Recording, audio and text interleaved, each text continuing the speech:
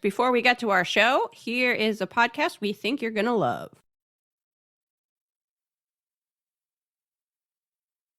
This is Chris and James from State of Fear Podcast. When you find a new podcast that covers the areas of supernatural, the paranormal, or true crime, are you often disappointed to find that it covers the same subjects you've heard about again and again? Yeah, when it comes to the world of podcasting, do you really think you've heard it all? Probably, but not here. Every Friday, we go from state to state to uncover unusual or horrifying stories that often tend to fly under the radar of those other podcasts. What stories, you might ask?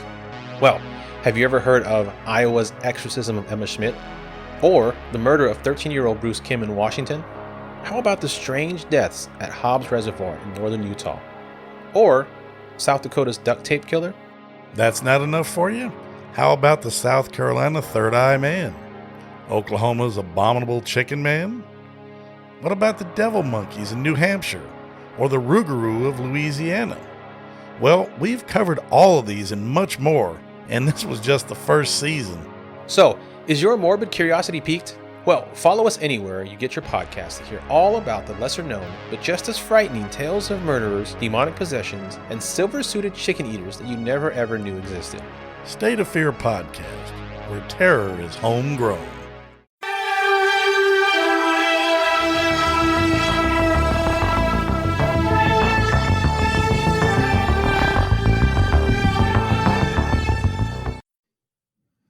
Dun, dun, dun, dun, dun, dun, dun. It's Perhaps It's You. Your favorite unofficial Unsolved Mysteries rewatch podcast. In fact, it's just your favorite podcast. I'll say it. I know it. I'm Liz. And I'm Samantha. Well, usually we like to start every episode by saying hello to BD Wong. Because we're both big fans. I mean, he's just amazing. Big fans. And a little while ago, I was watching the movie Stay from 2005. Do not recommend it. I was watching it because Ewan McGregor was in it. But it's one of those movies that's like, what's real? Nothing. It's totally pointless. Anyway, I was watching it, and who should show up but BD Wong, wearing some very unfortunate facial hair that I'm just going to decide was not his choice. I mean... right? He just does what he's told. He's an actor. This is what we're going to believe. I'm going to believe that was not the facial hair he was just walking around with, and that someone working on that stupid movie was like, you know what you need? A big puff on your chin. And so chin puff. A chin puff, as it may be called. So I posted a screenshot of this unfortunate facial hair on our social media. And said, who should show up with a soul patch? Hi, BD Wong. And then yesterday, I looked at our Instagram, and BD Wong himself, everyone, had commented. And commented to say in all caps, it's not a soul patch. Get it right. With a with a heart. With a heart. Because he's joking. And he understands how to use the internet. My mind is kind of blown that he saw it. I did tag the photo as him because, it's him. Well, and we want him to notice us. Yeah, but I didn't, not in 1 million years, actually expect him to say anything. So to see much that... as correct our error, our facial hair misidentification, which is very on brand for us, I feel like. Very on brand for a show that names mustaches. And then I was like, why am I talking about... I can't grow facial hair. I don't know what facial hairs are named. Why am I would have assumed that was a soul patch too, but it's not. Does it have a name? Some people were telling me, was it called a chin puff? Some people were like, that's actually what it's called. It's not something you just made up no, seconds ago. No. Chin puff. Some people were like, that's just a goatee. Which I think it is just a goatee. Okay, if you Google image chin puff, the variety of mustaches is it a mustache? It's not a mustache. No. It's a type of beard. It's a chin puff. What's a chin puff is something that people commonly ask, apparently. How commonly? It's commonly. It's also okay. So this says, according to Wikipedia, this is list of facial hairs on Wikipedia. A chin puff is also referred to as a chin strip. They refer you to goatee, however. I think it's a type of goatee. Okay. Well, it's not traditionally. the term referred to a style including only the hair on the lower jaw around the mouth, but has become a blanket term to refer to any style incorporating hair on the chin, but not the cheeks, including those with incorporated mustaches. I don't know on whose authority this is written. The government. Yeah, I mean, a soul patch is really very small, and it's like right under the lip. Yeah, you're right. But, and I think Mac told me that like right after I posted it, and I was like, whatever, I don't care. But then BD Wong himself corrected me. Sorry, that is not a soul patch. Get it right. And I don't know. My friend told me that now I know how Mulan feels, that I've gotten BD Wong to notice me. It's a pretty big day here. Perhaps it's you. It's a huge day. This is possibly the biggest day of this podcast history. I think that this joke, I can't fully remember why we started dedicating every episode to BD Wong, but I think somewhere way back in Perhaps It's You's history, we had asked each other, like, what celebrity would we be most impressed with if we found out they listened to the podcast? And I think our answer was BD Wong. And I think we get a claim he listens now. He doesn't. But I think we get a claim that he does because he commented on our Instagram one time. What if we get an email from like bdwong@gmail.com saying he listens to our podcast? I'll lose my mind. I will lose my mind. I will completely lose it. Hi, BD Wong. Sorry we misidentified your chin puff. I did apologize. I don't expect him to respond again, but I did apologize for getting that wrong. I would have called that a soul patch, even though I know what a goatee is. It's something about the length of it. I don't know. It's just odd. It's not facial hair you see very often. No. It's pretty bad. It is. I don't know if you saw the comment that I said that Samantha says this will haunt me forever. That's on there. You also called him Big Daddy Wong. Oh, yeah. On that same post. Well, okay, because someone, maybe it was me, at some point I admitted that I often, when I'm typing out BD Wong, as you often do, I'll put it in DB Wong, which is not right. And I blame DB Sweetie for this. But, so I have to remember, it's Big Daddy Wong. That's a good memory trick. That's the order that it goes in, so that I'm not accidentally combining DB Sweeney and BD Wong into one famous person that was in the Cutting Edge and Special Victims Unit. What a day. What a life. What an adventure this podcast brings me on forever. Indeed. Somehow he didn't like your comment, me saying that you said this will haunt me forever. That didn't get a like. Well, neither did stands for Big Daddy Wong. That didn't like either. Oh my god. He knows how the internet works. He can't be liking comments about being called Big Daddy Wong. No, he can't. Which I understand. I actually met a teenager recently who was a huge BD Wong fan, and that was like our point of bonding.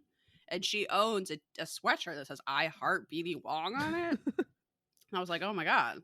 I dedicate every episode of my podcast to BD Wong. And the teenager's mom was like, you're into this Chinese man in his 60s? That's your type? And the teenager was like, no, I just like his like energy. And I was like, I can't help that he's fine. He's my type. Yeah. I mean, I'm much older than a 15-year-old, so fair. She was like, oh, I hadn't even really thought of him as a person. I think of him as just like a presence. I mean, kind just of like a supernatural force of good. Yeah. I was like, yeah, but also he's fine. Right. It doesn't hurt. So he's like extremely attractive. When is BD Wong releasing his skincare routine? That's the information. I don't care if this is a soul patch or a chin puff or what the fuck. I don't care. I would pony up my life savings to find out what that is he coming out with the BD Wong skin cream, because I will buy it that day. Yeah. It's clearly, well, okay. Guess what, everyone? We have a very exciting snack time today. Yes, so I was going to say, that BD Wong skincare cream is probably made with miracle water. And guess what? Guess what we're going to be drinking today? Miracle water. Listener Nora, thank you very much. Sometimes I might be a little demanding on this podcast. No. Who's to say, really? And I might have demanded that someone send us miracle water from Lord's. I got a little obsessed with Lord's. and I wanted to try it and see if it would cure what ails me. And she really sent us some. And there was a bottle for both me and Samantha. So we both have some Miracle Water. I think we should. I did put mine in the microwave. I boiled mine as well. I just feel like it's safe that way. People were upset when I originally talked about drinking it, so I just want to clarify again. This isn't holy water. It was not blessed by a priest or whatever. It's from a spring in France where the Virgin Mary appeared to Saint Bernadette and told her that this water was healing. So people do go to this spring and drink it. We're not able to go to the source. So listener Nora very nicely sent us some. It's from a store on Etsy. I assume it's legit. So, but I wasn't sure how sanitary the bottling practices were. So I did want to give it a little zap in the microwave. I boiled mine as well. I have it over a couple ice cubes. Did I burn my finger? Because I put it in for way too long. Yes. So maybe it came out extremely hot. It's not that much water, and I wanted to keep some of the water for sentimental reasons, and also maybe I'll need it in the future. I don't know. So I only did like half of it, and so it did come out like as hot as the sun. So I have over a couple ice cubes. So it might be diluted a little, but that's okay. I'm sure it might not be what the Lord wants for you to put this in the microwave, but you know what? Better to say. Okay, let's drink it. Let's go. All right. 1, 2, 3. All right. Tastes like water. Tastes like water. It's almost a little metallic tasting, but that might be the length of time I zapped it. Or maybe the minerals from the... Oh, that's true. I had also ordered for us, we should thank our Patreons for this. Yeah. This was with our Patreon money, that there is a site called Direct from Lords, and I ordered us these mints that are made with the water. This is another reason why I have no problem drinking it, because clearly they're bottling it and putting it into product. They're putting it into mints that are meant to be eaten. Yes, I think this water is meant to be eaten or drunk, consumed at least. Because it's from France, it comes in the like most beautiful tin. It's gorgeous. I'm gonna put like safety pins in it. Yeah, I'm keeping this for the rest of my life. Like this will be at my estate sale when I die. Everyone, there's no way I'm ever parting with this tin that has the Virgin Mary on it, and then French says, "I am the Immaculate Conception," and just talks about the mints. The mints are surprisingly big. Yeah, and you get a lot of them. I assume each one contains a miracle. And there is the Virgin Mary on one side, and then I don't know what that says, mints or something on the other side. I don't know what that word is. All right. Should we eat one? Yeah, let's eat one. And they're not bad. No, they're good. They're minty. Mm-hmm. And I think this would be a very nice present for someone. I don't know. I might get these from my mother-in-law. Though I feel like she'll be a little bit like, what, Liz? Made in France. I mean, I don't know. This is classy.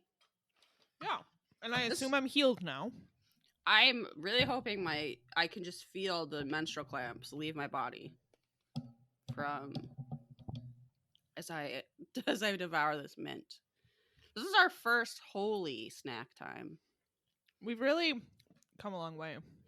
Yeah, from snack just time. Trying some Japanese Kit Kats is what you're more used to, and now the Virgin Mary is with us to heal us. Not Saint Bernadette, though. Sorry with Saint Bernadette. Yeah, Virgin Mary didn't really do much for Saint Bernadette. But... No, that's a rough phase. I guess she gets to be a saint, but she probably would have rather been cured. Probably. Lived a couple more decades. She died at 35. Poor Saint Bernadette. Okay, I really like these mints. This is a quality item. Yeah, I agree. And I love the tin. So, solid. And also, the bottle that the miracle water came in is also like a vibe. Very pretty. The French know what they're doing. Yeah, I agree. Okay, so I'm looking at the Direct from Lords Catholic gift shop website. How much are these mints? $14 a tin. That seems perfectly reasonable to me. I mean, considering how big it is and how pretty the tin is, I think so. They seem to only have square tins now. We have round tins, but I assume it's the same thing. And it does say in parentheses edible, so good. Lord's Water Mint, a wonderful tasting mint with the benefit of being made with Lord's water.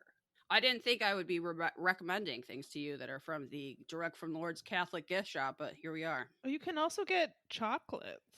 What? I didn't see that. I'm on Direct from Lords. There's a section on their website.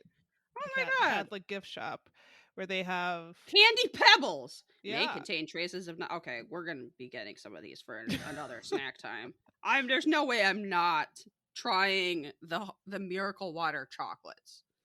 Lourdes sugar-coated mixed candy pebbles. We're getting those. Yeah.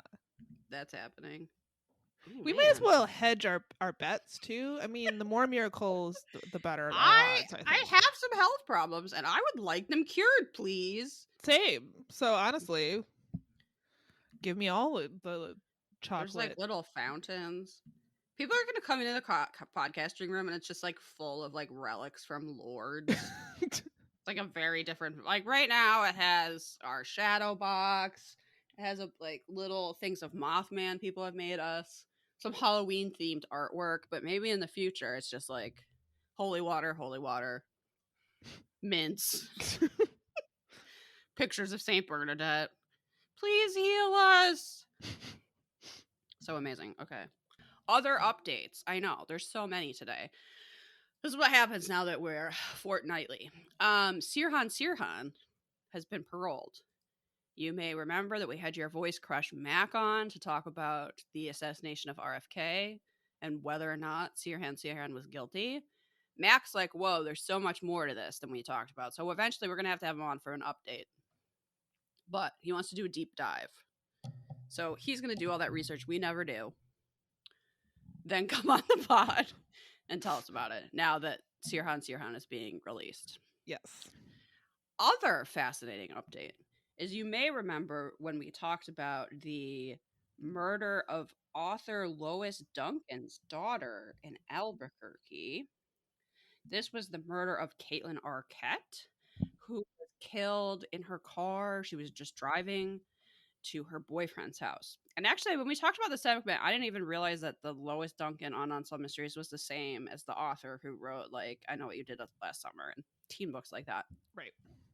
What you may remember is me calling Lois Duncan a racist because she was convinced that her daughter's boyfriend was involved because she had wanted to break up with her boyfriend. And she was also convinced that her daughter's boyfriend was like involved in a Vietnamese gang and that, quote, the Vietnamese had gotten her daughter. Yeah. And I was like, in Albuquerque? I was pretty skeptical. Well, it turns out that a man confessed to that murder. Guess what? It was not her boyfriend. I feel so bad for him. His life has been like clouded in suspicion. This woman went on TV and accused him of murder and also of being in a gang. And I haven't read her book that she wrote about her daughter's murder, but presumably... Yeah, I'm assuming she did write a whole book about how guilty he was. It was not him. So the Albuquerque police recently held a press conference to announce that it was actually this guy, Paul Pacadaca, and he was originally discovered by a private investigator that Lois had hired. So, guess what? When the police came to Caitlin Arquette is shot in her car, right? She like drives, her car keeps moving into like a light post or something and crashes. The police come to the scene and there's a man standing right by her car. That was Paul Apodaca. Oh, really? They didn't question him. Oh my God. They took down his name. They thought he was just driving by and they let him go and they never pursued it. They never ran his name. How did the private investigator find this out? Well, because he was like a witness. I think he's like in the, police records as being at the scene. Okay. And they did take down his name, but they never ran it through the criminal database. So they never found out that he actually had a very violent history with women. He at one point was in prison for raping a 14-year-old that he was related to. Ugh. He had multiple violent convictions. And he's the person that did it. He's confessed. He went to the police and he said he had information on several murders. Several? Yes. And one of them was Caitlin Arquette. So there is an article from the Rolling Stone called "Murder of Lois Duncan's Daughter, Caitlin Arquette Solved?" ? And this is what it says. So Paul Abducka is now 53, and he told the officers he committed some murders and he wanted to talk about them. He confessed to 3 rapes and 3 murders. So the murders are the 1988 fatal stabbing of Athena Oakley, a 21-year-old University of New Mexico student who was also, okay, so that's one, this 1988 stabbing. He also confessed to the killing of a 21-year-old student who was attacked walking home in June 1988. It doesn't look like that name has been released, or at least is not included right there in the article. And then also Caitlin Arquette. So this guy was just wandering around, just mad at women, randomly killing people? Yeah. He said that it was a hatred of women that drove him to stab Oakley, Cool. kill these other women. His quote is, "I think what made me do it, what made me attack her as well, all the hatred I had for women, because growing up I would see men treating women bad, and they go for bad guys, and I try to be nice and good, and they just didn't want that. Oh, So this I is was some incel bullshit. yes. So I was jealous and So had it's hatred." women's fault for not. Yeah, imagine not liking this dude. Hard to believe. Hard to believe women wouldn't go for him. And the victims were chosen randomly as victims of opportunity. Oh, that's so terrible. Arquette was killed the summer after she graduated high school in what seemed like an inexplicable attack. She was driving down the road. Yep. And her path just happened to cross this dude. Yeah, and he was just a horrible person and pissed off. And she did want to break up with her boyfriend, apparently, because she had told her friends that, but her boyfriend is not involved, and I'm sure was very upset about her death, and also upset about being accused of a murder that he did not commit. I imagine so. Also, guess who it wasn't? Anyone who was of Vietnamese descent. I know. So I feel slightly vindicated that I called Lois Duncan a racist because, yeah, there's not violent Vietnamese gangs overtaking Albuquerque and killing people. It is sad that Lois Duncan is dead. She died in, I think, 2016. Yeah. So she didn't hear me call her a racist, but also she doesn't. But I think that her private investigator had brought this name to her, so she might have known that it was this guy, and they just didn't have any evidence really to pursue it, other than why was he standing right there, and why did the cops never look into it? Right. My main takeaway from this is like, wow, I'm so glad we have the police. Yeah, they did a great job. They did a great job. I'm so glad that the murderer was literally standing right there, and they were like, have a good day, sir. Ugh. And they did absolutely nothing with that information, and he just continued to be a violent asshole for a while. Presumably he had the gun on him. Like, yeah, I don't know that they ever found it, but it's not like they searched him or his car or anything. I don't know that they would need a warrant to search his car. I don't exactly know how that works, but it's not like they asked a few more questions. They didn't pursue anything with him. They literally just let him leave and then did no follow-up work. Like, if they had even run his name, they would see he had a history of violence, and they didn't even do that. So he was literally standing right there. He didn't even try to get away. It's extremely, extremely frustrating. It's very scary because it's so random. Poor Caitlin. Even poor Lois Duncan, who was caught clearly like destroyed by the death of her daughter. Poor her boyfriend that got accused of murder. Like, this sucks for everybody. Yeah. This sucks for Albuquerque that this guy was just like wandering around with no consequences. Yeah. Ugh. Okay. But it is interesting how so many of these cases have been unsolved since Unsolved Mystery Times. And it seems like so many of them are just like coming together. A lot of them. Whether it's from familial DNA or like this guy just randomly confessing. Yeah, I'm not sure why he confessed now, but just feeling guilty or I don't know. Yeah. He was just like, hey guys, I'm a total asshole. And they were like, huh? Tell us more. We'll finally pursue some. If you literally come in, sit down, confess, sign some forms, maybe we'll do something about it. It's wild because presumably he could have just continued to live his life forever. It doesn't seem like they were on his trail at all. No. I mean, it seems like the private investigator was like, wow, the police should have looked into this, but he doesn't have the power to like search Right. his house or, Or whatever. And any also, evidence or anything. yeah, and also it had, at this point, maybe been decades. Yeah. Like, he could have gotten rid of the gun or whatever. It's kind of like too late because the police dropped the ball so phenomenally. Oh, okay. So I had one more thing that I want to touch on before we actually get to this episode. Oh my God, I know. The updates, people. Is that we got a note from someone. I think this was in relation to a Patreon episode. But we had been talking about lizard people, and someone was like, hey, just to like heads up that sometimes lizard people is used for code for Jewish people, and it has some anti-Semitic roots. And I was like, oh, I guess that makes sense, but I never really thought about it. So I said I would address it on the show. That's certainly not like the way that we meant it. Even in Googling it, it seems like a lot of times people are referring to like literal lizards. I think at this point, those beliefs are so entwined with these beliefs that like the world is secretly controlled by like a cabal of Jewish people. Yeah. I don't think you can separate the two. Okay. But it's hard because it is so easy to joke about. But you have to remember that like that's not funny to a lot of people.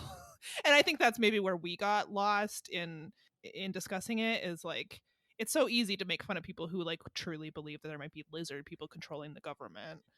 Yeah. It's easy to forget that it has sinister roots. Yeah, the idea to me that like Joe Biden is like leaving the Oval Office and taking off a plastic mask and like literally underneath is a lizard, like that seems very funny. But I guess it makes sense that it's like tied to this whole like Illuminati, like right. There's like, yeah, the shadowy cartel, cabal, whatever, is actually ruling everything. And of course they're Jewish and lizards apparently. But also it's sort of, I couldn't find an article in my like 15 minutes of Googling that directly tied it to, so it seems to be related to reptilian aliens, right? Like that makes sense. I think so. But then also there's that obviously racist idea of the Aryans, the aliens that are just like perfect white people. Yes. Which is actually like books about that is where Hitler got a bunch of his ideas, blah, blah, blah. So I think there's probably something to like, there's the reptilians, there's the Aryans, there's like perfect white people, there's Jewish. I don't know. You walk a fine line when you make jokes about it because it is so sinister, but at the same time, so ridiculous. Yeah. What I didn't realize is that, you know how there was that horrible bombing in Nashville, but then we just like immediately stopped talking about it? Yes. That guy, like in Christmas? Was that the one that happened on Christmas? Yeah. That guy, obviously was like a big QAnon guy, but he was like a lizard. He was like believed in lizard people. Oh my God. So even if something sounds very silly, like that sounds very silly to me. It can have violent, real world consequences. Yes. That this guy was like, we need to fight back. I don't know how exactly that ties into like bombing part of Nashville, but in his mind it did. Yeah. Right. Like, right. He believed in all that stuff and was like, and thought, I'm sure in his own mind, thought he was doing something good. Yeah. Well, and I believe this came up the most. I'm not sure if this episode was the one the listener was listening to, but when we were talking about the Flat Earth documentary, and that one person specifically in the documentary, and I'm not sure he ever brought up lizard people, but it would not surprise me at all to learn that he believed in reptilians. But he who believed in all that nonsense, and he was very anti-vax, and we're seeing the real life consequences of that play out before our very eyes like never before. So all of these beliefs have, as silly as they may be, it's probably too easy to dismiss them as being just silly when really they have a body count. Well, you say that as you eat your horse paste, Samantha. You're like, oh, apple flavored? I have actual horses, okay? I have a legitimate reason to own horse paste. Sure you do. For my horse paste. Sure. I'm not eating it. I keep sending Samantha things I see on the internet about people eating horse paste, which if you're not aware, some people, actually a shocking number of people think that will like keep them from getting COVID or cure COVID. The problem with that is that it can cause blindness. And a whole host of other ailments. You shouldn't. It goes It's without saying that you medicine! shouldn't eat horse medicine. It's medicine to deworm horses, and COVID isn't a worm, and you are not a horse. And I know that maybe you would like to be a beautiful horse with a beautiful mane running through a field, but again, it can cause blindness. I saw a meme recently that was like an Animorphs cover that was a guy turning into a horse, and it just said when the horse pace kicks in. Maybe that's what people think will happen to them. They'll turn into a beautiful That's horse. what you want to happen. Well, that's why you not wrong. That's why you have that paste, and I know it. Okay, moving on. Now we actually get to talk about half an hour in. We can actually talk about this episode of Unsolved Mysteries. All right, and there's four mysteries in this one. 4 mysteries, so buckle in for a long episode, folks, if you've gotten this far. It's it's solid. There's some stuff to talk about here. We're on season 6, episode 19, which I recommend you watch on the old YouTubes for free, ad-free. The first segment is the unexplained, and this is something we have not talked about before, but this is about something called therapeutic touch or healing touch, or as Robert Stack insists on repeatedly calling it TT. I have a question. Yeah. Why is this called healing touch when you don't actually touch anyone? I mean, I guess that's what that's what makes it not touch. That's why it's healing touch. But you're not touching anything. No. So when I started watching this was like, isn't this just Reiki? But Reiki has Japanese origins, and therapeutic touch actually comes to us through the Theosophical Society. So to me, a person who knows nothing, I was like, isn't that the same thing? But apparently not. So anyway, we got a few stories about healing touch, which Robert Stack tells us, to the layman, therapeutic touch sounds pretty wild. And I guess I'm a layman because I'm not a believer. But go on, let's move on. This is a story at first about Janet Ziegler in, I believe, Pittsburgh in 1984. She drove her 3 boys to martial arts class, and they were running late. They run into the building, and the last one, I think he's taking off his boots or something, but his hand gets slammed in the door to the building, and it cuts off one of his fingers. Yeah. Which is now my new... I knew that could happen in a car door, but I never thought of that happening in, a door. It, pinched off his finger. It's my new nightmare. It wasn't I hate it. It wasn't a sharp door. It, crushed his finger, and his finger came off. I hate it so much.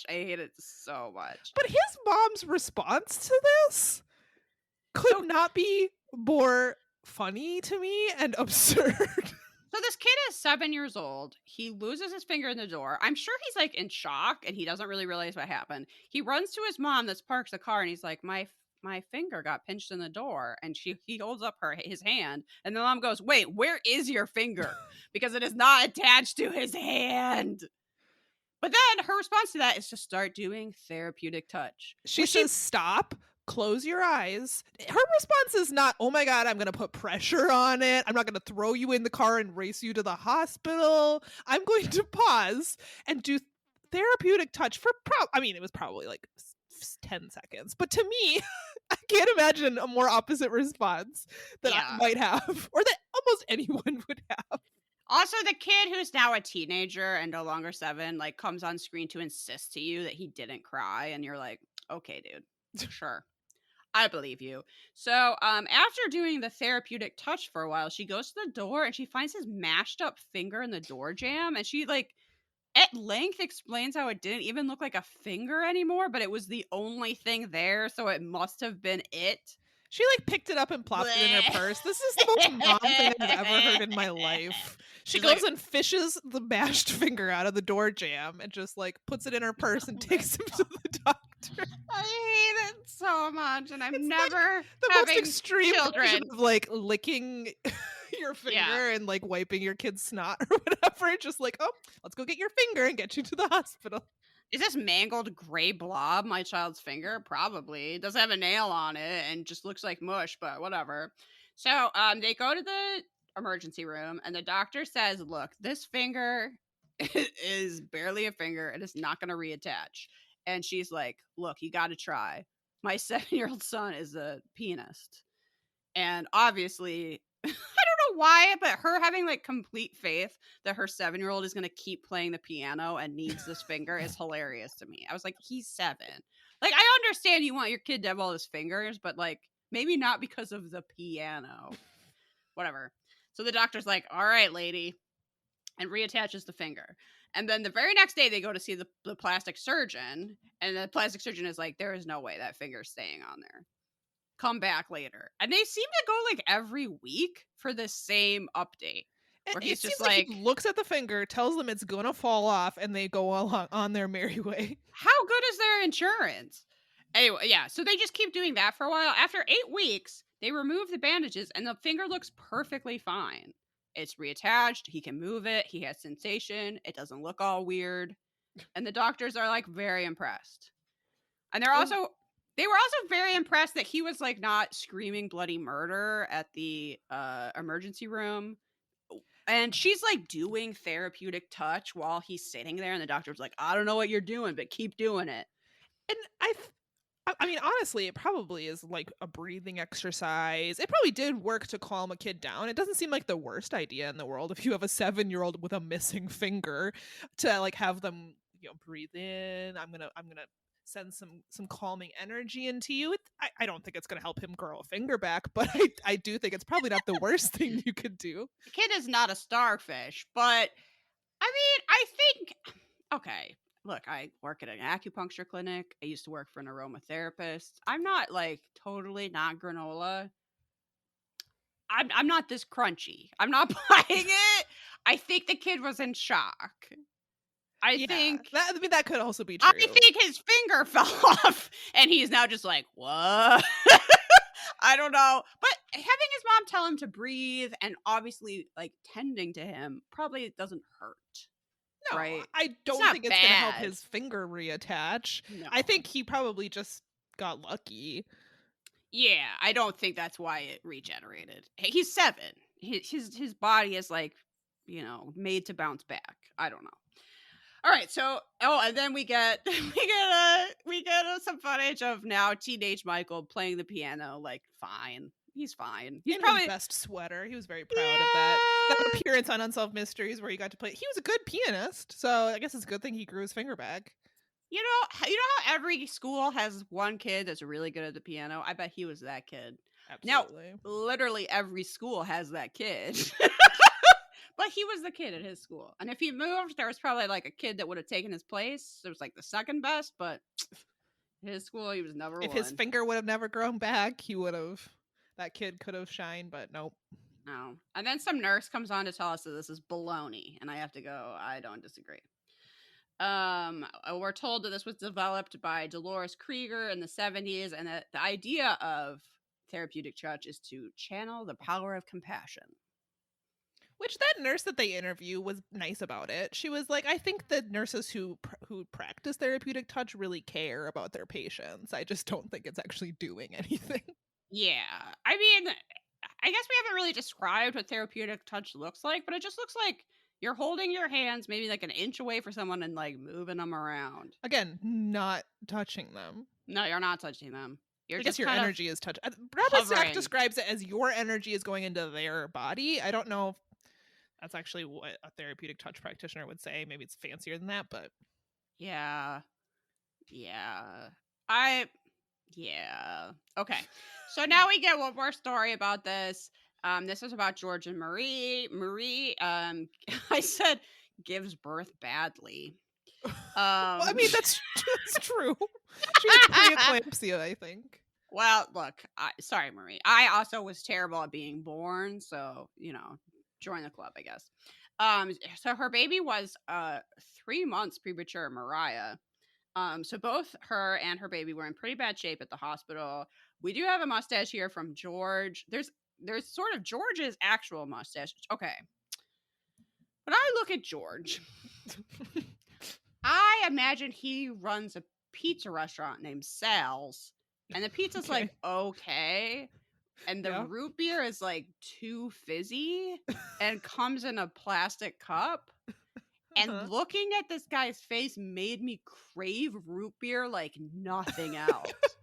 Now that you say that, I really could go for a slice of mediocre pizza and some root beer. I know. It's like This guy, too greasy. You kind of have to like dab your napkin on it. yeah, and he's like super proud of it, and you're like, Yeah. yeah, Sal. Except his name's George. You're like, yeah, Sal. This is like okay. So definitely his mustache is called Bowling Alley Pizza. He also looked like he could own a bowling alley. So it was sort of like the pizza you would get at a bowling alley, and it's like a little bit better than you would expect at a bowling alley. Yep. But Yep. goddamn, do I want a root beer? Now I want a root beer now. Again, talking about this. So there's also the actor who plays George. He has a slightly different mustache, and that's the Mike Ditka. He fucking looks exactly like Mike Ditka. Everybody from Chicago knows who I'm talking about. The most annoying person ever, Mike Ditka. He's on everything. Wow, there's so many mustaches in this episode. There really are. Growing up, my dad used to joke that he had installed a Mike Ditka filter on the TV that was supposed to edit him out. So then every time we saw Mike Ditka, which was constantly, because he was in every commercial for everything, we would go, Dad, the filter's not working. Anyway, little window into the Walker lifestyle.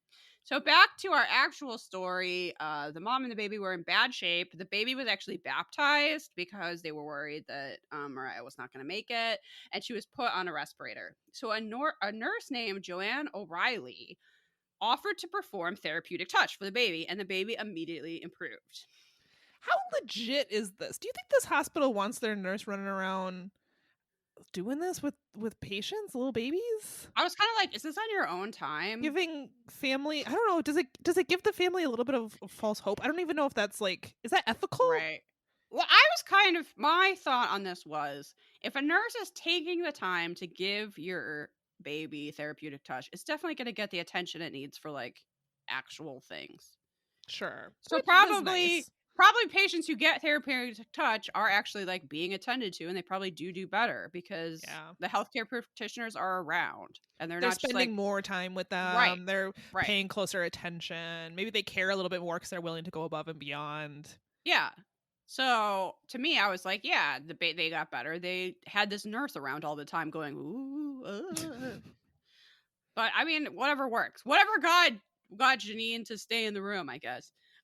George was like, look, I'm an accountant. So that was a shock to me that he didn't run a bowling alley or a pizza restaurant, and that he believes in numbers. But when he saw therapeutic touch being performed and the baby's numbers improving, oxygen level, whatever, then he was like, oh, this works. And I was like, I think that's a little more coincidence, but whatever makes you happy, George. The nurse also performed therapeutic touch on his wife, Marie, and she also improved. So both of them were like, thank you, therapeutic touch. Thank you, Janine O'Reilly. I think Marie was just improving. Like she was just, that was like the natural progression of her healing. But I mean, yeah, again, a little extra attention can't hurt. No, and did Marie have a spectacular mullet? Yes, she did. It's like all spiky on the top. She has sideburns and then a mullet. It's very like Janine and Ghostbusters. I don't know. It's something. It is something. And George is wearing an amazing color block sweatshirt, which would actually like kind of be in style now. Because kids, you're really out there in some Unsolved Mysteries fashion. That's what the kids are wearing these days. Okay. So the very last part of this segment is that we get to see therapeutic touch being performed. So they have Vicky, who has chronic bronchitis that has turned into asthma, get therapeutic touch from the same woman from this hospital, Janine O'Reilly. And Vicky reports, and it's really just her moving her hands around. And she reports that it made her feel relaxed, centered, and it did help her reduce her coughing. We learned from Vicky that she recently lost a lot of members of her family when her health declined. Her brother, her sister, and her mom had all passed away, which is so sad. And I think maybe that is actually more of the problem. And maybe talking about it a bit helped. So she said that the treatment allowed her to reduce her medication. At the end of the episode, Robert Stack is like, don't try this without proper training. And I was like, okay, I won't move the energy around. Don't worry. What would be the consequences of doing this without training? Death. Oh, God. I have no idea. But you were specifically warned not to do it without the proper training. So don't try it at home, folks. All right, it's Samantha's turn. Yes, and we have an unexplained death. And this one's kind of a hard one to talk about. Yeah, it's not fun. So, we're talking about the death of Tony Lombardi. His family believes he was murdered. The police say it was suicide. What do you think right off the bat? I think it was probably suicide. Really? Okay. All right. There are a few things that are suspicious, but I don't know that there's enough evidence for me. I don't know. I'm not sure. Okay, so the Lombardis were Robert Stack describes them as a typical middle class family living in Columbus, Ohio. Or actually, they were in a suburb of Columbus, Ohio, called Westerville. But on August 30th, 1990, Cheryl Lombardi, a housewife and mother, made a tragic discovery, one that Robert Stack says would forever rip the family from the tranquility of suburban life. Wow. Cheryl had come home around midnight. She assumed that her 22-year-old son, Tony, would also be home soon. According to Cheryl, at around 12:45 a.m., she heard a door closing and the sound of footsteps. She went into Tony's room to say goodnight. It was there that Cheryl discovered the lifeless body of her son. Police arrived shortly after at around 1:15 a.m., and they discovered that Tony's car was missing from the garage, perhaps stolen by the assailant. Mm. According to Sergeant Michael Hatzo, the investigation moved swiftly and, according to him, by the book. Is that his name? Hatzo? Hatzo. Yeah, Hatzo. Hatzo? Maybe it's Hatzo. Mm-hmm. I don't know. I don't remember. Sorry. So he says that it's typical procedure to treat all death scenes as a homicide until it's proven otherwise. So Sure. inside on the floor near the body, the police found a .38 caliber semi-automatic pistol. On the bed was a single spent .38 caliber shell, and then investigators found a drunk driving citation in Tony's pants pocket, which they discovered that is the reason why his car wasn't there. It had been impounded because 2 days before his death, he had been arrested for driving while intoxicated. Oh, Tony. Yeah. So in addition, Tony had faced fines and a possible suspension of his driver's license. Sheriff Hatzo now had a portrait of a young man who had been, according to Robert Stack, stripped of his freedom and despondent over impending legal problems. Stripped of his freedom. That's what happens when your car is impounded. Yeah, he was still free. It's a little dramatic. Yeah. So at this point, they start to wonder if his death may have been a suicide. However, for Cheryl Lombardi, her son's death was nothing short of cold-blooded murder, according to Robert Stack. So she believes that there was a struggle. He had an 1.5-inch gash over his left eye. He had a broken jaw and he had bruises. She said he was also found nude, which was not like him at all. She doesn't believe that he would ever want anyone to see him nude. I mean, that does kind of make sense to me because he lived with his parents. Yeah, although she says that they should have looked into that, and I'm not really sure how they were supposed to have looked into the fact that he was naked. I'm not sure that they would be able to confirm or deny that he took off his own clothes. I'm not really sure what she wanted the police to do with that information, but I shouldn't laugh, but I'm just trying to imagine how that would be investigated. I don't know. I don't know. I'm sorry, Cheryl. I think we're gonna have to take your word on that one. So, based on her observations that morning, she believes that not only was her son murdered, but the killer was still in Tony's bedroom even after she moved about the house. That is terrifying to think. It kind of is scary to think about. So her evidence, Robert Stack calls it disarmingly simple. So the light in Tony's bedroom was one. She says that she was going up and down the steps, and while she was kind of like getting ready for bed or whatever, and she said that she could see her son's room through her son's bedroom door that there was no light on at all. Mm-hmm. And she went up and down quite a few times, and she said there was no way that she could have missed the light being on, and that's why she thought he wasn't home yet, because the light was off. So, but could he have turned it on before killing himself? Yeah, that's kind of what I think. Yeah. 45 minutes later, she said that she heard the door closing, and the light in Tony's room was now on, which again could have been him. I'm not really sure what there is to suggest that it was an intruder, but so she assumed that he had finally come home. And when she she went and she like knocked on his door and was calling for him, and he wasn't answering. And when he didn't answer, she panicked and opened the door, which is when she saw him dead. The only thing that's confusing to me is how she like wouldn't have heard, and this is maybe what they don't really get into it, but what I think she's really getting to here is that she didn't hear a gunshot. She heard someone moving around. So she, I think, maybe believes that he was shot before she got home around midnight, and the killer was still in the house having killed him. Because Right. I don't think she heard the gun going off, which I guess that is something I can't explain. Is if she didn't hear a gunshot, then presumably he was already dead when she got home. So then who turned the light on if it was indeed off? Okay. It was confusing the way it was presented in the show. Yeah, they could have spelled that out a little better. Yeah. So Cheryl obviously believes that the killer had been trapped in Tony's bedroom when she arrived home, and she thinks that she surprised him when she went to her bedroom to get ready for bed. That was possibly when he left, is when she was in her room. So to Tony's parents, there was further evidence pointing to murder. In the weeks before he died, Tony had been the target of 2 different death threats. So there was a woman who lived next door who witnessed the driver of a white pickup truck screaming at Tony. This appeared to be like a road rage incident. And he was like screaming about how if he ever got cut off by Tony again, he would come and kill him. And then a few days later, Tony Lombardi Sr., who was Tony's father, overheard a second death threat. He said, "I was checking my messages and I heard this threat over voicemail. It was a young man telling Tony that he had a gun and was going to use it if Tony didn't stay away from his girlfriend." Man, this is a fucking bad week. Not good at all.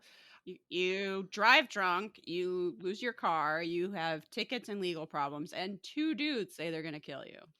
Yeah, it's kind of wild. So Tony's best friend, Andy Royer, agreed to mediate between the 2 men who were having this conflict over this guy's girlfriend. He told Tony that he would talk to the guy and see what his deal was. And he said that his problem... Talk to your girlfriend. Obviously, the 2 of you should break up. This is not working. This is kind of not Tony's problem. It kind of isn't. I'm not sure that Tony was doing anything. Maybe just talking to his girlfriend. And apparently, even if he's banging this guy's girlfriend, it's time for you guys to break up. Yeah. Don't be calling people telling you're gonna kill them. What? Yeah. So apparently when Tony's friend Andy went and talked to this guy, the guy said that Tony was going to get what was coming to him. Mm-hmm. So Tony's parents disputed the official conclusion drawn from some of the physical evidence. Cheryl Lombardi also did like a test with so there was a bullet hole in his headboard.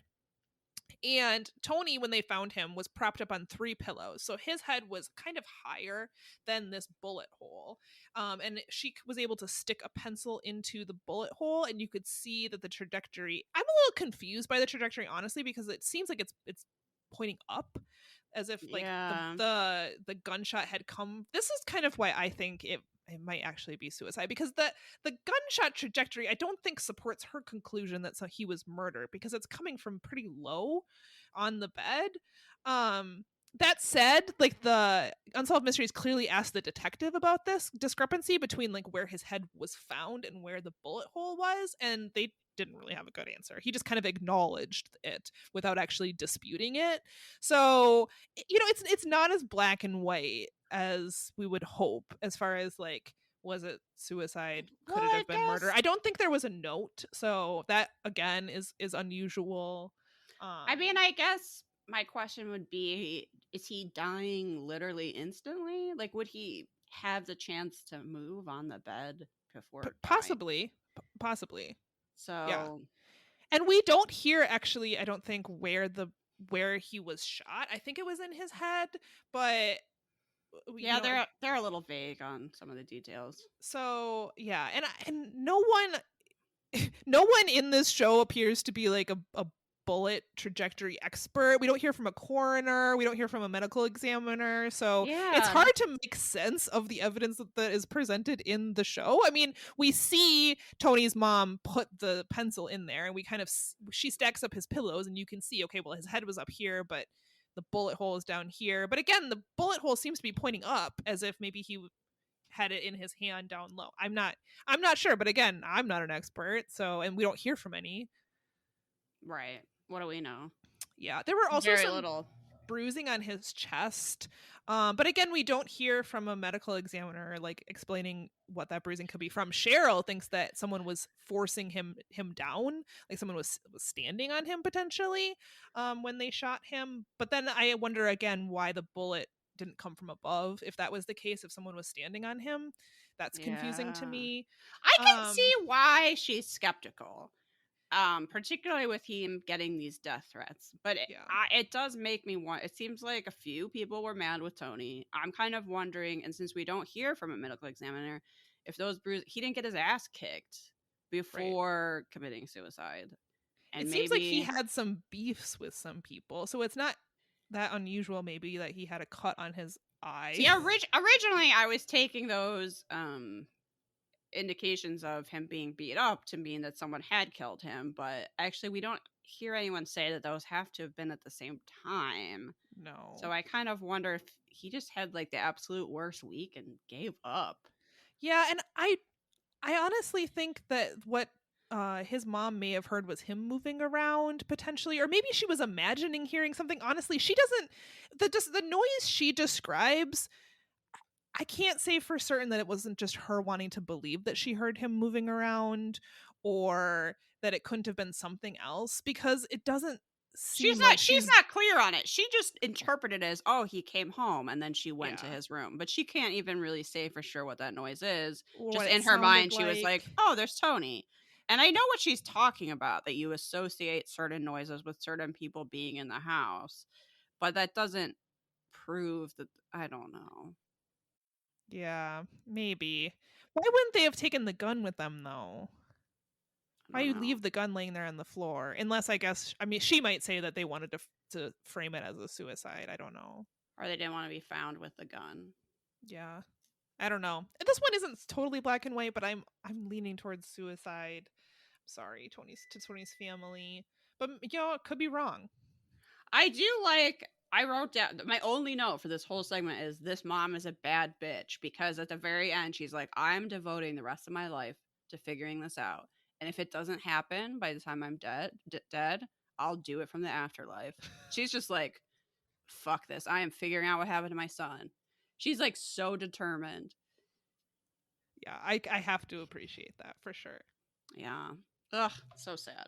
Okay, this is a slightly more lighthearted one, though it does deal with American imperialism and racism. So Yep. let's get into this. Okay, this one made Lost me Law. It's cry. the ending is very sweet. So Oh, hang in there. Okay. In Hawaii, we meet Mitchell Shigimoto. He is looking for the man who saved his life during the Vietnam War. So in 1963, Mitchell was only 17 years old when he volunteered with the 173rd Airborne Division. Um, Mitchell was the smallest guy in basic training and the only Asian American in his company. So we get this like Vietnam War historian to come on and tell you that was a rough situation. Guess what? That didn't go well. That guy has a mustache, just a big poofy mustache that I called the historian. You're like, no shit, that guy's a historian. So originally, the 173rd Airborne Division went to Okinawa, to the Air Force Base there. And guess what? The other soldiers were total assholes to Mitchell. One example of that is I guess they used to get paid only monthly and in cash. Sounds like a terrible system, but anyway, someone stole all his money for the month. And at one point, there was only one soldier who stood up for him, and that was James Pearson. And we see a reenactment of him coming over to invite him to come out with his friends, and Mitchell politely declining. And I don't know if James knew that he had his money stolen, or he like figures out the reason he's not going to come with them is because he doesn't have any money. So he just like drops $20 on his bed and walks off. Which is very, he's like, oh, you're like too proud to admit it, so like here's $20. yeah. So the next time I think that James offered, he did go out with them. So he was like regularly partying with James and his other, and so James is African American. He's going out to party with other black soldiers in a like part of Okinawa that other black soldiers would go to party in, which was apparently called Four Corners. Sounds fascinating. And because Mitchell was with James, everybody like welcomed him and was super nice to him. Anyway, in 1965, they are shipped out to Vietnam, where his race continued to be a problem with the other U.S. soldiers. And we have a reenactment of this guy not wanting to serve him food, which is just fucking great. But James always stood up for him, so he like goes and is like, if you have a problem with Mitchell, you have a problem with me, and basically I'm gonna kick your ass. So Yep. that Mitchell could just get like his actual like meal for the day. Yeah. I mean, I have so many thoughts and feelings about this. It's horrible. It's horrible. Like, I think I don't. Do I need to go on like another tirade about American imperialism? There's no reason for us to have been there at all. But and he was 17 years old, and what he had to go through. I know. For everybody to be so shitty to him. And I do think that the Army and probably the Air Force like definitely uses a lot of like racial hatred to motivate people, and like they want to emphasize this like us versus them mentality to encourage you to, you know, go out and kill people. The backside of that is there's people in your own fucking company that is going to apply to. I don't know. Well, there was a guy from the military. I don't know what his background is necessarily, but he's interviewed from the show, and he says when I was in Vietnam and we were killing people who looked just like him. So I can't imagine how hard it was for us. It had to have been even harder for him. And it's like, God fucking damn. Ugh. Yeah, that was the historian. That was Mark Ludlow. And I really just wrote down this quote of him saying it was tough. But yeah, he does actually make this nice point of like, I could not possibly put myself in Mitchell's shoes. Like, he was in a very difficult position. I know the guy was 17 when he originally signed up. So I'm not going to judge him, but you know, if your family or you were affected by the war, that's judge away. That's your business. But we're getting to the drama of the story, which was in January of 1966. Mitchell was shot in combat through the thigh. So James and another soldier, who's only identified as Salazar, and we never hear anything else about him, pull him to safety. When he's there, a medic comes by and gives him a shot of pain meds. That was kind of it. The medic had other people to go treat.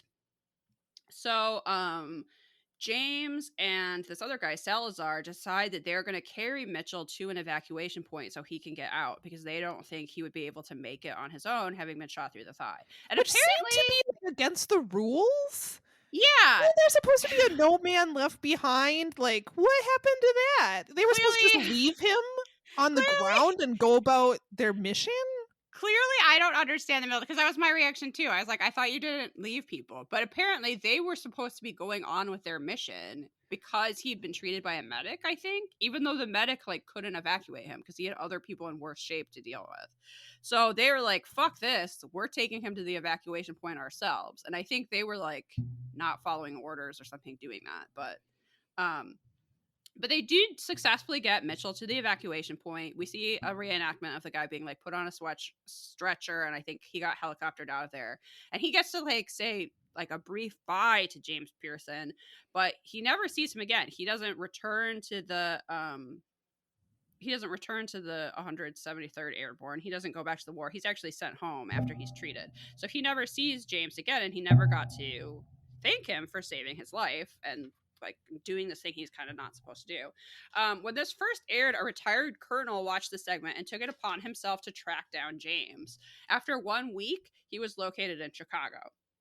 Then James, his fiance, and his 2 daughters flew out to Hawaii to visit Mitchell, and we get to see the reenactment.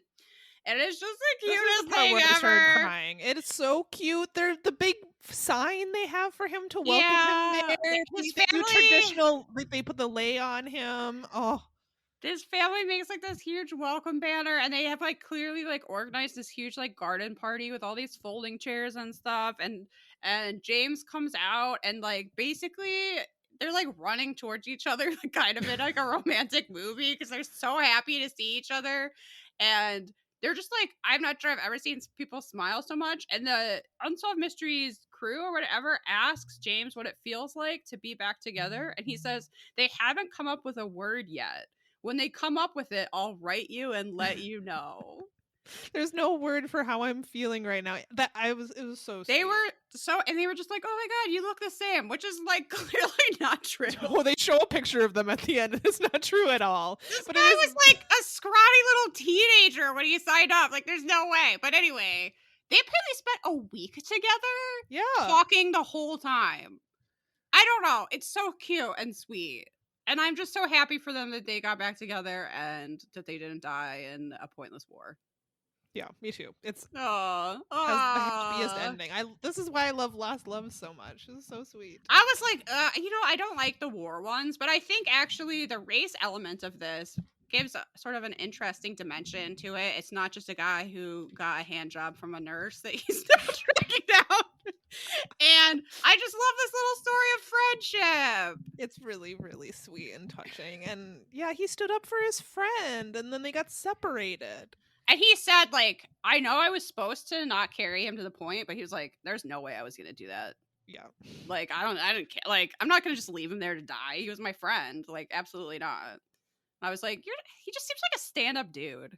Yeah, I agree. Which is the nicest thing I could say about anyone. Yeah. You have my respect, James. All right, we've got one more. 2 more. What? 1 more. Sorry. I was like, what? I was like, did I turn it off before it was over? You scared count. me. You I'm scared sorry. me. I lost Okay. count. And Okay. This is mine and it's a wanted. Okay, good. Okay, good. We're on. I was like, there is? That means it's mine, and I have no idea what it is. You're like, Liz, do you see that one where the mummy ate people's brains? No. What? Yeah, you didn't take notes on the last segment What? that was No. 20 minutes long. No. Is this a nightmare come to life? Yeah, exactly. Okay, no, this is the last one and it's a wanted. We're looking for David Vieira. David Vieira is one a total asshole. David Vieira. Yeah, he has a mustache, but he's not eligible for MVM because he's No. a huge dirtbag. I hate him. He is wanted for the murder of his 31-year-old wife, Alice. So Alice and David were from traditional Catholic Portuguese families, and they were in Unsolved Mysteries doesn't call it this, but they were in an arranged marriage. They were actually first cousins. Yeah. They had both been born on the island of St. Michael. He proposes when she's 11, too. Yes, and Robert Stack says, while most families would dismiss this as like childish behavior or whatever, infatuation, their family took it very seriously and was like, basically well, ordered her to reciprocate, and so that they could be paired it's like, together. well, you're gonna be marrying your cousin, and she's like, I'm 11. Like, too bad he proposed. I was like, this is the worst possible fate. This is so terrible. I know. And then he goes on to be a huge abusive douchebag. So she Ugh. was a twin. And so for a lot of this segment, we hear from her sister, who is describing what their life was like in a very strict household. Her father would not allow them to wear makeup, have friends, really even leave the house. She said that they could come home, do their homework, presumably like chores, and then that's it. She said they couldn't even sit on the front step. I don't even understand. Like, people might see them. They weren't allowed to sit on the porch. Why? I have no They might idea. see a boy. Probably. Yeah, they weren't allowed to have, they definitely weren't allowed to have boyfriends. So when she was 9, her and her family moved You're marrying your cousin, and that's final. so horrible. So she was Ugh. 9, her and her family moved to New Bedford, sorry. When she was 12, that is when David began writing to her and asking her to marry him. Blah. Robert Stack says even more surprising was that her parents took it seriously, which is surprising. That is surprising and gross. They corresponded through letters for 5 years. They never actually spoke in person or on the phone. Alice and David met for the first time in the summer of 1974. On June 29th, they were, I think the same year, they were married on the island of St. Michael. At the time, he was 16 and she was 17. She thought that she would... That should not be allowed. It shouldn't. Nope. It shouldn't. So she thought that she would finally gain some freedom from being away from her parents at this point, which is very depressing. I can't wait to marry my 16-year-old cousin because then my parents can't tell me what to do. And it's like, oh, but it'll be worse. Yeah, it will be.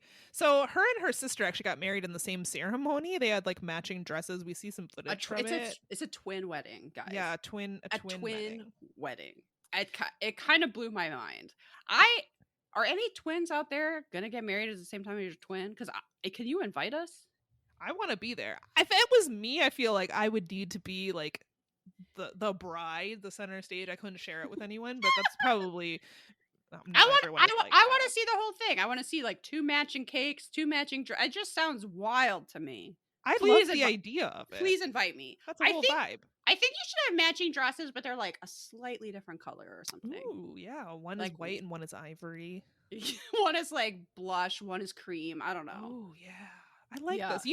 Could you start a business planning only twin weddings? Yes! You could also branch out. You could do like best friend weddings. You don't have to be sisters. Or, that would be so or cute. Best brothers. friend wedding. Yeah, wouldn't that be cute? I feel like there's gonna be, if this pandemic ever fucking ends, there's gonna be a run on venues, right? Like suddenly all these marriages that have been postponed. Put off. So yeah, get married with your friend. Just everybody get married at once. Sure. 20 people at a time. Yeah. Let's do it. Yeah. This is gonna go out and get ordained and do it. Okay. I'll do it. Absolutely. I'll get ordained and start marrying twins. That sounds fun. Sounds amazing. So the couple settled in New Bedford, and David found a job at a textile plant. Within a year, Alice was pregnant with their first child. So, according to Unsolved Mysteries, the marriage seemed happy at first. I feel like happy might be relative here, but David soon began, surprise, to act just like her father, refusing to allow her to wear makeup or leave the house without his permission.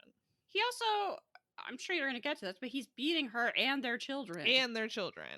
And when she brings this information to her parents and says, I think I want to leave David, he's beating me and our 3 children, their parents' response was, well, you can't leave him because you can't divorce him. We're against divorce.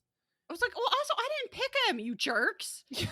And now he's beating us. You made me marry my cousin because he proposed when I was 12, and now he's an abusive asshole. How is this my fault? Ugh. I so wish bad for Alice. I wish this mystery was that she slowly poisoned him to death, but it's not. Sadly, it's not. So by 1981, David and Alice end was like, let's help this woman get away with murder, and everybody would be like, okay. That's Robert Stack in his trench coat. Yeah.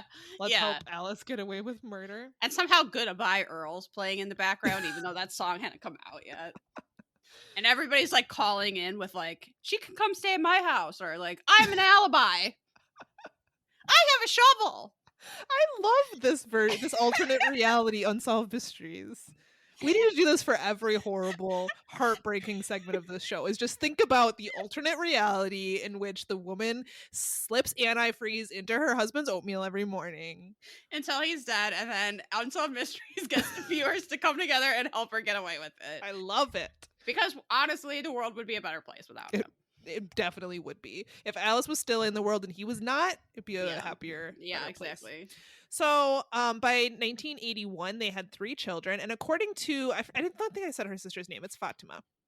He often yelled at his family. He seemed to get angry for no apparent reason. He was physically abusive. When she told her parents that she wanted to leave him, they would not allow her to do so because they did not believe in divorce. Basically, if she wanted to leave her husband, she was going to have to be cut off from her entire family, which she hasn't been allowed to ever meet anybody. So that was like her whole world. Yeah.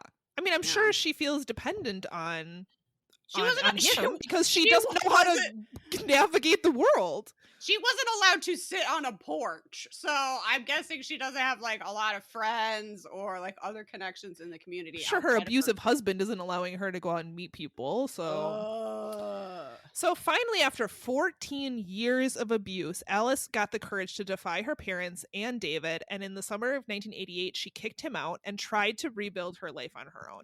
She enrolled in nursing school and actually started dating a new man. Good for her. However, David started to stalk her at work and at home. Oh my God, David, move on to a different cousin. Like, it's over. Yeah. Why are you so He's just clingy, a controlling David? Asshole. If he can't have her, no one can. It's like a same old story. I hate it. I hate it so much. So on July 25th, 1988, her and her boyfriend were at home when she noticed David outside in his car. A few minutes later, he broke down the door and began to beat her over the head with a tire jack. Her boyfriend, who witnessed the attack, fled to a nearby police station, but it was quite a ways away. I forget how long they said he had to run. He ran for a mile. I was like, isn't there a neighbor with a phone? Maybe not. I don't know. I don't You know would this want to town. believe that, but he had to go like on foot to fetch the police. When the police and paramedics finally arrived on the scene, she was dead. She had been bludgeoned and then stabbed 24 times with a butcher knife. What a psycho. David obviously vanished that day. Investigators later learned that he had taken a bush from Fall River to Boston, and then he fled to Hamilton, Ontario, Canada, and he had not been seen since. Sorry, Canada. Yeah, so the good news is that there is a tight-knit Portuguese community in Canada who immediately knew who this was and ratted him out. Thank you to them. Yes. So he was captured. Within minutes of the broadcast, investigators received leads about David. And I love it every time. I love it every time. It's amazing. He was arrested in a Portuguese community in Montreal. He had lived there for several years and had been working in a fish market. He was extradited to Massachusetts. We get some, honestly, the best part about this segment is the fish market footage from the people who turned David in. There is an excellent mustache. Did you give this fish market coworker mustache a name? I mean, it's got to be the fishmonger. It has to be. It has to be huge. It is. It's like the fins of a fish. It kind of is. It kind of is. I feel like maybe it protects his face from flying scales or something. It protects his nose from the odors. Yeah, it has to.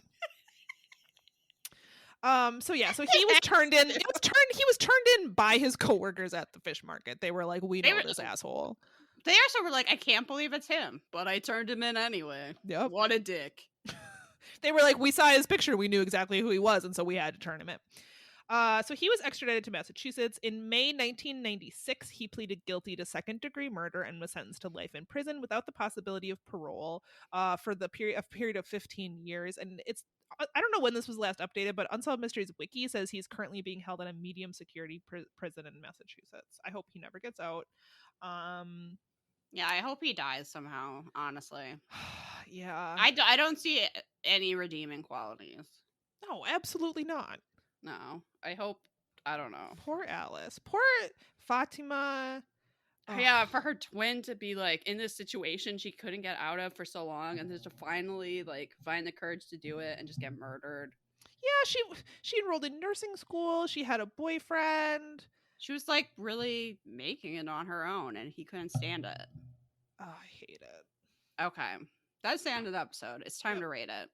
All right, so our first category is mysteriousness. Okay, not that mysterious. No. Does TT work? I'm leaning towards no, but if you it's practice, honestly not mysterious to me, but if you practice and you've seen it work, get in touch. I want to hear your story. Perhaps it's you podcast, gmail.com. Tell us how you have cured someone with therapeutic touch or been cured. I would love to know about it.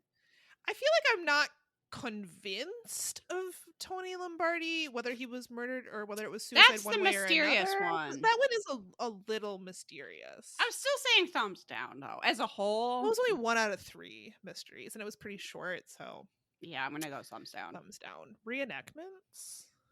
Pretty good. I think they put a lot of effort into the war ones. Do I really care? No, but they looked fine. In general, fine. They were okay. They were okay. I mean, the first mysteries reenactments were pretty easy. It's just someone had to wave their hands over a baby. As you do. Sideways. I can't bring myself to K one way or another. Yeah, they were okay. Fashion. Okay, thumbs way up. Early 90s fashion is in full force. If you want to see rugby shirts, color block sweatshirts, sweaters. Teenagers are clearly very proud of. Some eye looks that are there's a lot going on. There's a lot mullet. There's mullets. There's mustaches. There's there's even Hawaiian lays. Like, there's a lot. There's a little bit for everybody. Yeah, thumbs way up. Yeah, it's good. And Robert Stack. Fine. I mean, it's not his best work. I think it's fine. He shows up in the trench coat at the beginning. There's some poetic turns of phrase. Yeah, that's true. He's kind of needlessly dramatic. Clearly skeptical about healing touch as well. Yeah, actually, I'll give him a thumbs up just for that. Sure. Just for him being like, don't try this at home. Everyone told us to say that. I'm giving him a thumbs up just for that, actually. What is the danger? I still don't know. Yeah, he gets a thumbs up from me. Okay, what would you rate this episode? this one episode was fine. Yeah, I feel Is like it like a 3.5? Actually, I'll give it a 3.5 because I loved the lost love so much. Oh, you're right. That one made me cry happy tears. So I feel like it has to get at least a 3.5. It's kind of standard, but there's a few things that just like tip it a little. It's worth watching for sure. Just, I mean, have you ever seen men express such joy on television? So rare, right? That's true. That was a delight, actually. It's not like a World Series was won. They just saw each other and they were so fucking happy about it. They were such good friends.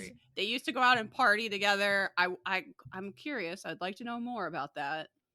Oh, they had to have such good stories. I don't know. Yeah, that was okay. Great. 3.5. Yep. I'm honestly tempted. How do you feel about skipping recommendations today? I feel great about it because I actually realized like halfway through this episode I didn't have a recommendation. Because I was like, what obscure Instagram account can I mention? I'm going to say that this episode is already so long. We did so many updates, and I feel like our recommendation is honestly that you should get these mints from Lord. Yes, they make a great gift. They are delicious, and the tin is like really pretty, and you can save it, and you can put more mints in it, or as I will, definitely either hairpins or safety pins, some sort of pins. Absolutely. I'm going to go with that as the recommendation rather than us talk for like another 20 minutes. Great idea. I need a break. Okay, so, I maybe should have said for recommendations, we are doing a second zine. Tentatively, the due date for submitting things from the zine is October 15th. So you have a minute if you want to get something together. We've already had some very good submissions, so I think it's going to be quality. Things like cross-stitch patterns. We've gotten a cootie catcher, which I specifically requested. Thank you. We've gotten a poem. We've gotten some other really cool stuff. I think it's going to be great.